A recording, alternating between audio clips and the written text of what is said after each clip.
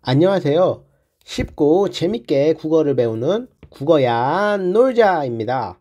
자, 오늘은 고대가요의 공무도화가라는 작품에 대해서 배워볼 거예요. 공무도화가라는 작품을 많이 보셨을 거예요. 어렵지 않은 작품인데 이 영상에서는 단순히 작품을 파악하는 것뿐만 아니라 어떤 점이 중요시되고 수능 스타일에는 어떻게 대비를 하고 혹은 어떤 작품과 연관지어서 볼 수 있는지 이런 것들을 같이 살펴볼 거예요. 그래서 이번 영상에서는 공무도화가에 대한 내용적인 측면을 알려주고 다음 영상에서는 작품 속의 중요한 지점과 관련된 작품을 소개해 줄 거예요. 자, 그럼 우리 시작해 볼게요. 네, 공무도화가는 고대가요라는 갈래입니다. 이 고대가요의 작품들은 크게 공무도화가, 구지가, 황조가 이렇게 나타나고 있는데 이 세 작품들은 보통 배경설화와 같이 연결지어서 출제가 될 확률이 높습니다. 이 영상에서는 따로 배경설화에 대한 설명은 하지 않을 예정이고 바로 작품으로 들어가 볼게요. 네, 그러면 작품을 한번 살펴볼게요. 임이여 물을 건너지 마오.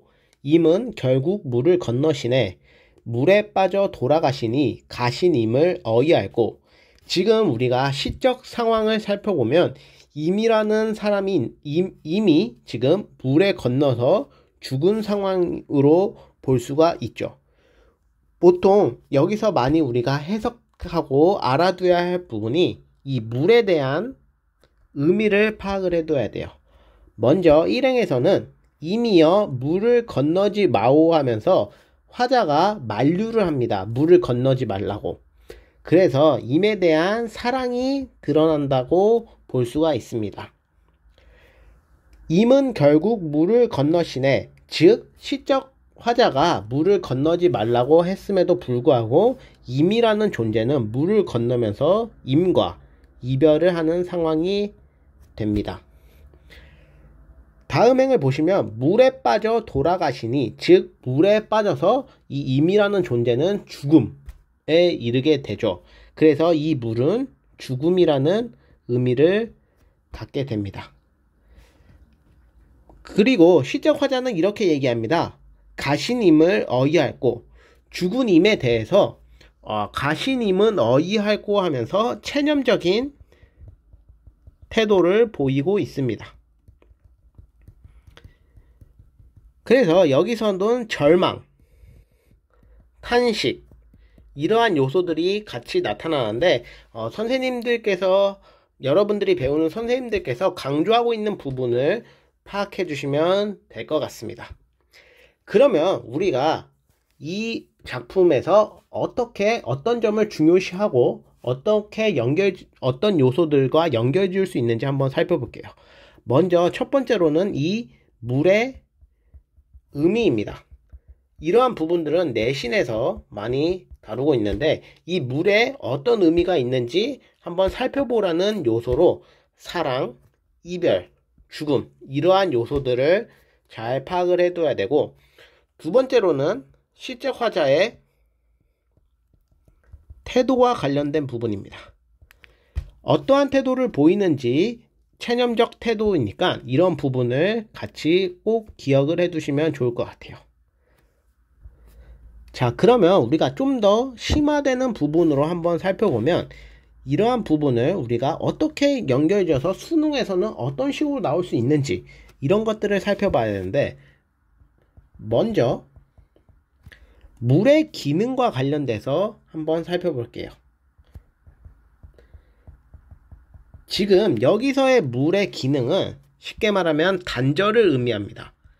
즉 시적 화자와 임이 서로 헤어지고 임은 죽음으로써 시적 화자와 영영 이별을 하게 되는데, 이러한 부분이 다른 작품들과 같이 연결지어서 우리가 수능 같은 문제를 보면 단독으로 나오는 것이 아니라 가, 나, 이런 식으로 작품이 같이 출제되기 때문에 이러한 부분들을 같이 볼 수가 있어요. 그러면 우리 보기 문제가 있죠. 보기 문제에서 물의 기능은 어떠하다 이런 식으로 제시가 되면서 이 두 작품 간의 물의 특징을 혹은 물의 기능을 파악하는 요소가 나올 수가 있어요. 그래서 다음 영상에서는 이 물의 기능과 관련된 작품을 함께 살펴볼 거니까 다음 영상에서도 꼭 파악을 해주세요. 꼭 영상을 시청해주세요. 그 다음에 두 번째로는 뭐 내신 문제일 수도 있고 다른 수능과 관련되는 부분일 수도 있고 아까 이 화자의 태도와 연결되는 부분입니다. 즉 역시 이것도 다른 작품, 체념적 태도가 드러나는 작품 혹은 그와 상반된 태도 혹은 동일한 태도가 드러나는 작품을 제시하면서 찾으라고 혹은 공통점은 무엇인지 차이점은 무엇인지를 파악해 볼 수가 있어요. 흔히들 많이 내신에서 이런 문제 나오죠.